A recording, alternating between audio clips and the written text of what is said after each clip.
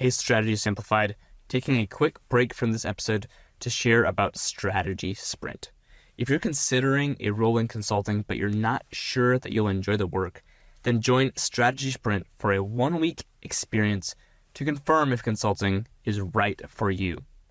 On the project, you'll be staffed on a team of 6, led by an MBB leader. That's right, you'll receive mentorship from a former McKinsey, Bain, or BCG consultant, and you'll answer a strategic question for a real client that we source. So not only will you confirm if consulting is the right fit for you, but you'll gain amazing U.S. work experience for your resume.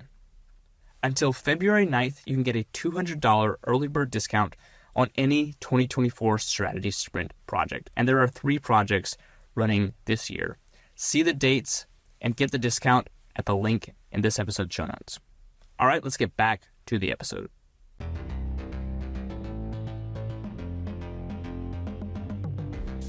What is the role of a partner in a consulting firm? Wouldn't you like to know? Well, I certainly did when I walked into the consulting realm, but I didn't have any idea what a partner actually did. I mean, to be honest, I didn't even know what a consulting firm did, and I certainly didn't know what Bain did specifically. But over time, I and other industry insiders learned what a partner does, not just in the macro, but also in the day-to-day. So I share the 3 main roles of a partner in this episode with you. Enjoy. What do partners do in consulting? It's a question that we actually had the opportunity to sit with one of the senior partners at Bain and ask him. And in fact, he shared everything with us, including his comp. It was a really amazing opportunity that I got while I was a consultant at Bain, and I'm going to share the insights from that conversation and other conversations that we've had with partners over the years with you today. One of the reasons that the role of the partner is confusing is that they have 3 main functions. It can look like they're only doing one at a time, but in fact, each of these roles are critical to the life and the success long-term of the firm. Number 1, the primary focus of partners is to sell new work. They do pitch meetings, they go out to lunch, they focus on joining industry conferences, on writing papers, on identifying themselves as experts, thought leaders, and folks who are trusted advisors inside a space of interest. Each one of the partners support a current practice, but they also build out adjacencies inside those practice areas. For example, if you were working in tech in the 1990s, you would have supported largely hardware firms, and it would have been at the beginning of software. But then over time, partners came up and they said, hey, there's this new thing called e-commerce. They supported e-commerce firms. And then they added onto that additional software as a service firms. And then they added onto that additional platform companies and integrated companies as well. So the tech practice grew as the expertise of specific partners bolted on new concepts inside a larger practice. The selling of work is the primary function of a partner. And without being good at that, partners can't become partners and partners can't stay partners. It's the core focus of the job. The second focus is that post-sale, partners are responsible for overseeing the top delivery of work. Partners are famous for showing up on the Wednesday night before a Thursday presentation, changing absolutely everything and heading off for a golf game. But partners are there to bring the big picture concepts of what they sold in the boardroom back to what the team is doing. Some partners are going to be very involved. They'll join meetings regularly. Others will be very hands-off. Doesn't mean that you have a good or a bad experience with the partners, but the characteristics of a partner, how they manage and how clear they are at the beginning of a presentation process will definitely affect your work-life balance on each one of your consulting engagements. The third thing that partners do is that they lead the firm in general. Partners are the managing directors of the organization. They are the leaders, they're the senior staff, and they rotate through key positions to ensure that the life and the longevity of the firm are preserved. They lead offices, they head up recruiting, they focus on joining boards in the local community, they do community service days and community service projects. Some of the roles are identified in advance and people apply for and or nominated for them. Other roles are opportunities when people want to take a break from client-facing work. So they work on the internal life of the firm. And others continue on whether you're working and developing projects at the same time or not. It's an awesome focus for the partners to have a hand in outside work for sales, a hand in the delivery, and also a hand in the management of the day-to-day operations of the firm.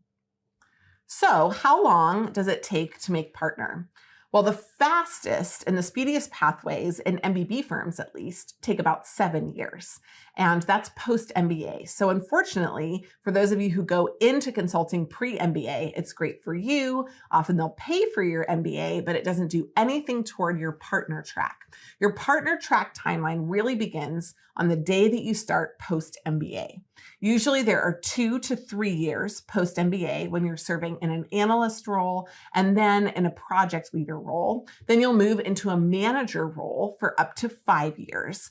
And after that is when you can get promoted to partner. When you become a senior manager, you'll often lead the day-to-day of the project and you'll begin to focus on business development activities and the introduction of the work. Now, even in the partner roles, there are different levels. Some firms call them junior and senior partners. Many firms call them principals and partners. The principal is the more junior level of the partner. And some of them have junior and senior principals and then partners. So it's important to pay attention to each one of the firm's namings when you're thinking about your strategy.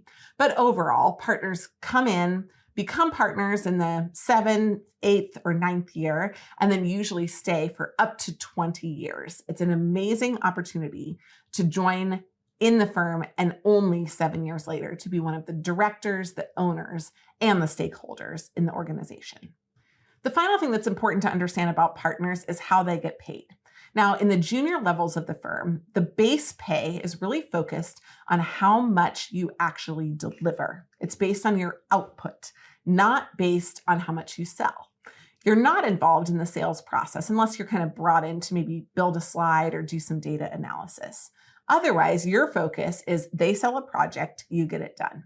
But that changes as you move through the life cycle of the firm. And as you move up through manager and then ultimately into the partner ranks, your base salary, while it grows, becomes only a nominal piece of your overall compensation. In fact, there's not just one direct form of compensation, which is what you sell, but there are also firm-tied compensation metrics based on not just what your firm in your local office sells, but also what the firm sells globally.